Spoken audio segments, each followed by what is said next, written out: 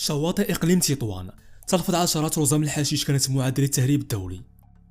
اعتراف فرنسي غير مسبوق، المغرب انتصر علينا. شاهدي التفاصيل الكاملة.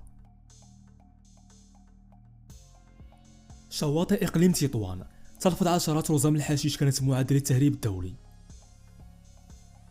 شهدت عدد من قرى الشريط الساحلي التابع لإقليم تطوان منذ الساعات الأولى من صباح أمس الجمعة استنفارا أمنيا غير مسبوق إثر لفظ طيارات البحر عشرات رزم من مخدر الشراء على شكل رزم كانت معدة للتهريب.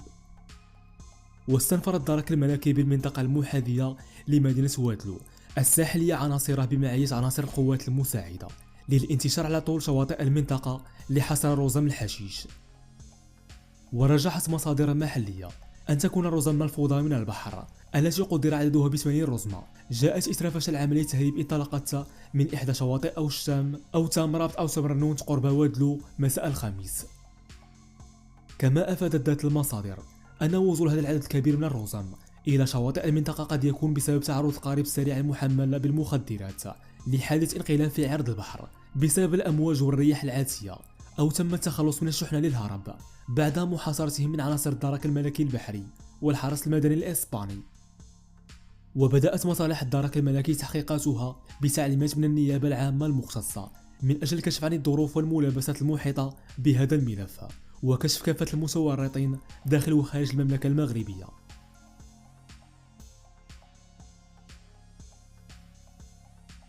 اعتراف فرنسي غير مسبوق، المغرب انتصر علينا.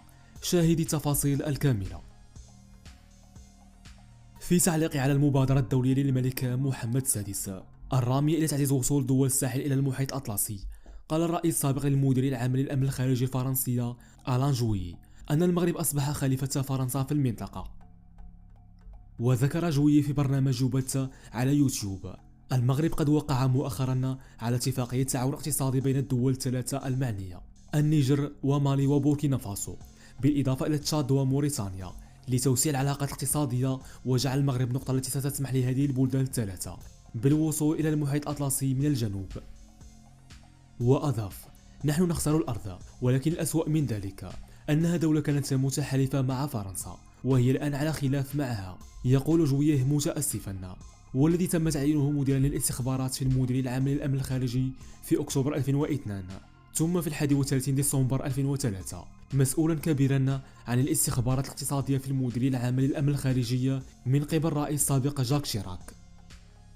واستغرب في السياق نفسه بالقول: كيف يمكن لدبلوماسيتنا الفرنسية أن تنتهي إلى ارتكاب مثل هذه الأخطاء؟ الأمر لا يصدق. ما رأيكم في هذا؟